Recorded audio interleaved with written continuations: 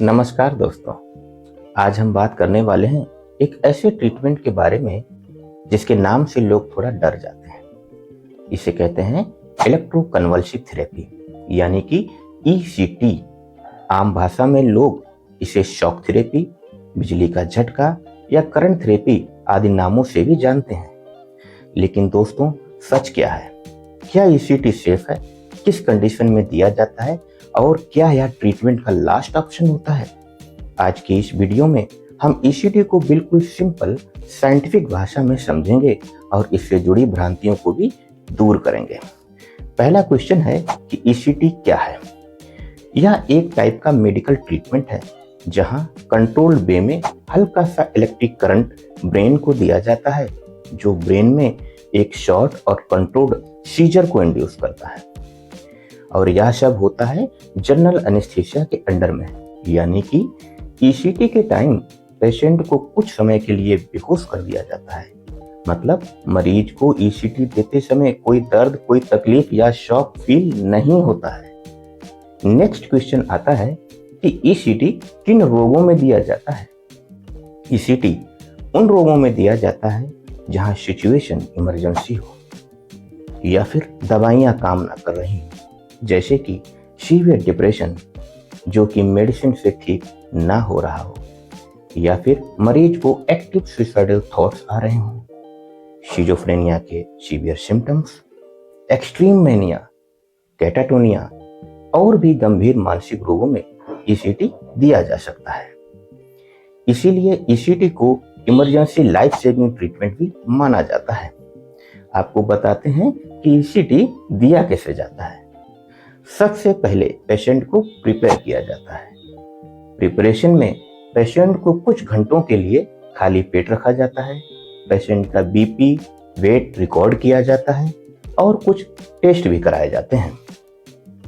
Patient को ECT के लिए फिट पाए जाने पर शॉर्ट जनरल एनेस्थीसिया यानी कि बेहोशी की दवा दी जाती है, जिससे कि पेशेंट कुछ समय के लिए बेहोश हो जाता है।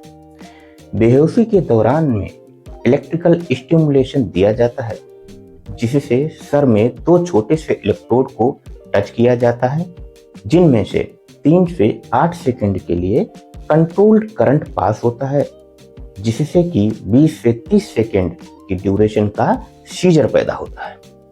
इस पूरे प्रोसेस में बस कुछ मिनट्स का ही समय लगता है।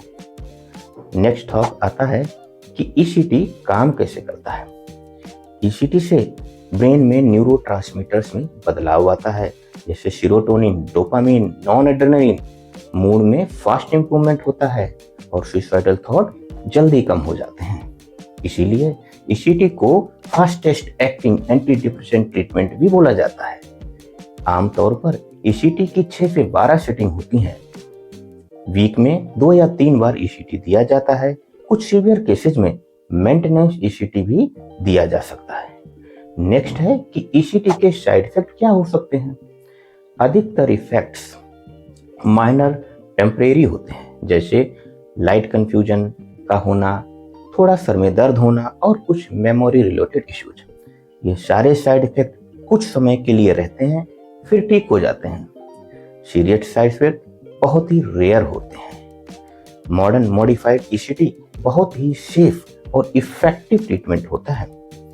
अब कुछ मिथ यानी कि भ्रांतियों के भी बारे में बात करते हैं। पहली मिथ है कि ECT में मरीज को शॉक फील होता है और यह बहुत ही पेनफुल क्रूअल ट्रीटमेंट है। रियलिटी यह है कि मरीज को ECT देते समय कुछ भी फील नहीं होता और ना ही यह पेनफुल या क्रूअल होता है। नेक्स्ट मिथ है कि ECT देने पर मेमोरी चली जाती है। रियलिटी यह है कि ECT में केवल शॉर्ट टर्म फॉरगेटफुलनेस होती है, जो कि कुछ घंटों से कुछ दिनों में बिल्कुल ठीक हो जाती है। नेक्स्ट मिथ है कि ECT किसी भी मानसिक बीमारी के इलाज का लास्ट ऑप्शन होता है। सच यह है कि कई बार तो ECT मानसिक बीमारी का पहला लाइफ सेविंग ऑप्शन होता है, जैसे कि एक्टिव सुसाइडल केस में।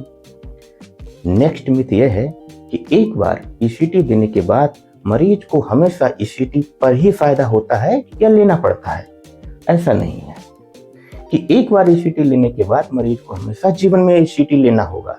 ईसीटी हमेशा उन्हीं मरीजों को दिया जाता है जिनको दवाइयों से या तो फायदा नहीं होता या फिर कोई इमरजेंसी सिचुएशन हो।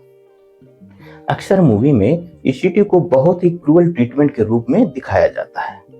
सच्चाई इसके बिल्कुल विपरीत होती है। ईसीटी एक सेफ, साइंटिफिक, इफेक्टिव और रैपिड इंप्रूवमेंट का एक अच्छा ट्रीटमेंट ऑप्शन है। इसीलिए अगर doctor ECT as treatment option के बारे में आपसे डिस्कस करें, तब आप भ्रांतियों को दूर रखकर इस ट्रीटमेंट ऑप्शन के बारे में विचार करें। धन्यवाद।